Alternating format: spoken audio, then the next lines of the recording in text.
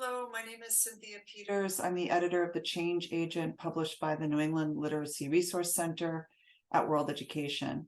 And I want to share with you today an idea about using the change agent to teach, which draws off of the advantage that the change agent is issue-based. And so any particular issue of the change agent is going to have every article dealing with similar themes. And the articles published in that issue will have a wide range of levels.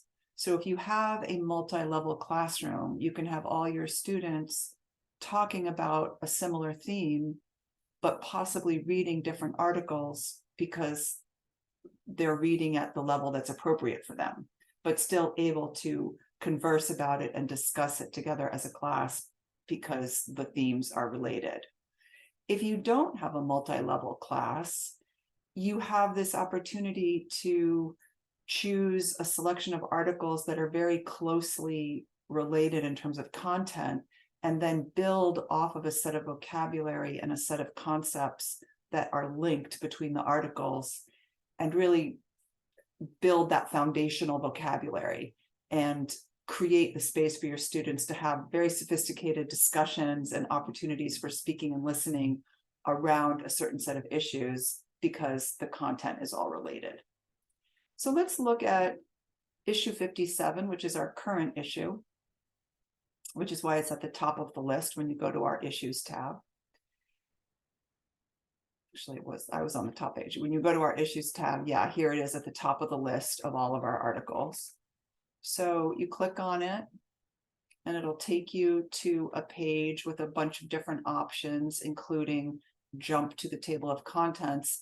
If you do this, you have the opportunity to organize the pages by level. Right now they're organized by page number, but you can click on the word level and they'll resort starting with the most beginner level pieces and then working their way up. So you can see the range of levels that we have in this issue, everywhere from grade level 3 up to grade level 9.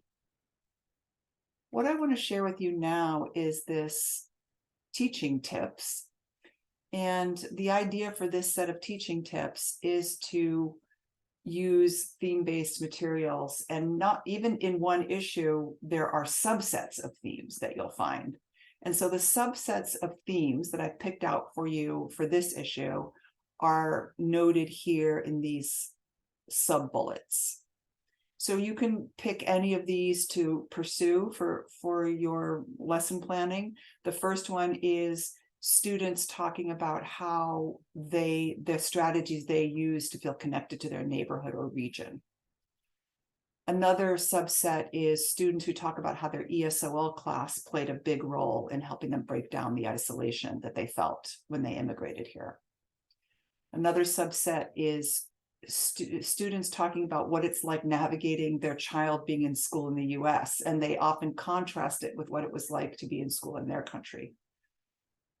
There's a subset of articles that talk about navigating work in the US, and for all of these, I note the page numbers.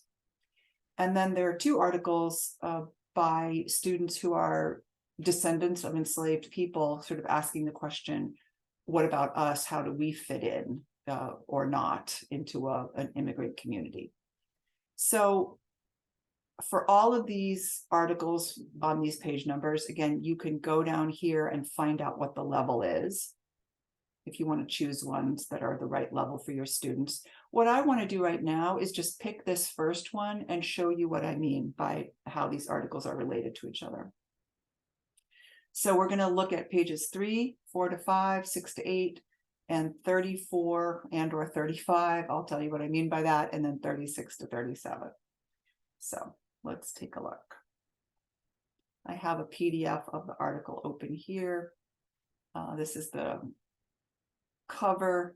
Then the very first article on page 3 is called My Neighbor, and it's a wonderful story by a woman who talks about how she had a kind of an unfriendly neighbor, and the way she reached out to him was she tried various strategies, and what worked in the end was bringing him a bag of the vegetables that she grew in her own garden, and she provided us with these photographs.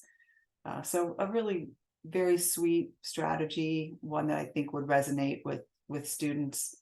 Here is a writer from Boston talking about how she created a 3-step plan for herself. And the first step was deciding to talk to other parents at the playground and just figure out how to make small talk.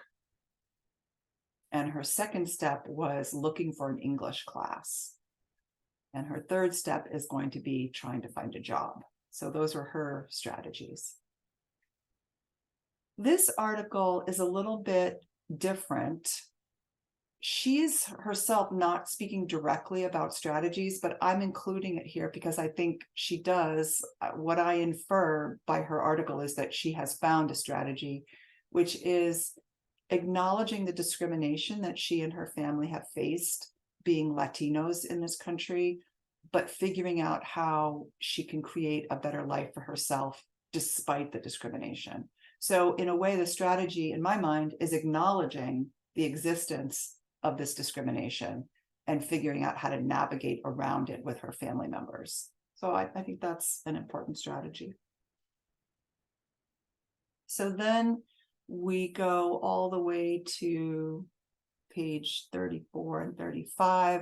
The reason why I say page 34 and or 35 is because this article is available in 2 levels. One, the one on the left here, page 34, is slightly harder than the one on the right, page 35. The one on the right is just shorter. It has more images. It's a slightly less complex sentences. So you could have your students choose one or the other. You could have them read the easier one first and then graduate to the harder one, your choice, but it's available in 2 levels. And she's, her strategies are very clear: visit public parks, find others from my home country, and find an English class. So then the next one I wanted to share is this one on pages 36 and 37. She talks about taking advantage of government programs that help you achieve stability in this country so that you can succeed. So if you notice, we have strategies that are very individual, very neighborhood based, and then some of the strategies are kind of zoom out a little bit and notice societal trends and how to navigate those. And this is one of those more zoomed out ones, sort of like, what is available to me in my community? I need to be able to relate to my neighbor. I need to find an English class. These are all helpful ways to break down isolation, but I also need to, zoom out and find out what kinds of programs are available that will help me achieve stability so that I can feel connected and welcomed in my new home country. So those are some of the subsets of articles that you can find in this issue of the Change Agent. This kind of thing is true of every issue of the Change Agent, but I haven't always laid it out for you this way. But if you go looking in almost any issue, you'll see little subsets of themes. So I encourage you to look for that and think of that as a key teaching strategy. Thank you so much for listening.